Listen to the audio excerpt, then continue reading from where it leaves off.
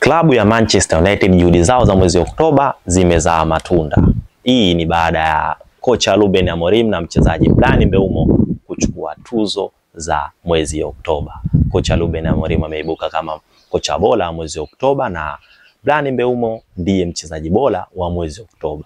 Hii ni kutokana na matokeo ambayo waliyapata katika mechi 3 za mwezi Oktoba. Ukianzia na mechi ya Sunderland ambapo Manchester United walifanikiwa kuibuka na ushindi wa goli 2-0.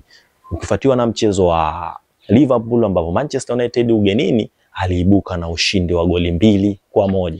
Na mchezo wa mwisho wa mwezi Oktoba ulikuwa ni dhidi ya Brighton ambapo Manchester United aliibuka na ushindi wa mabao 4-2. So ukiangalia hizi game utagundua kuwa Manchester United alikuwa katika form nzuri ambayo imefanikisha kocha wake na Bryan Mbeumo, mchezaji tegemezi kwa sasa, kutajwa katika listi ya wanaowania tuzo ya mwezi Oktoba.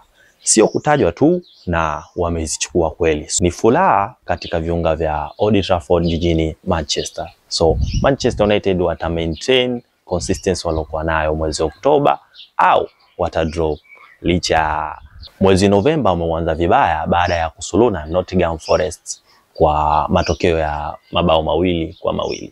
Goli la mwisho la Manchester United ambao lilikuwa la kuchomoa lilifungwa na Amadi Diallo.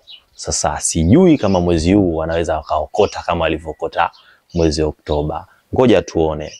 Mechi bado, ligi bado inaendelea.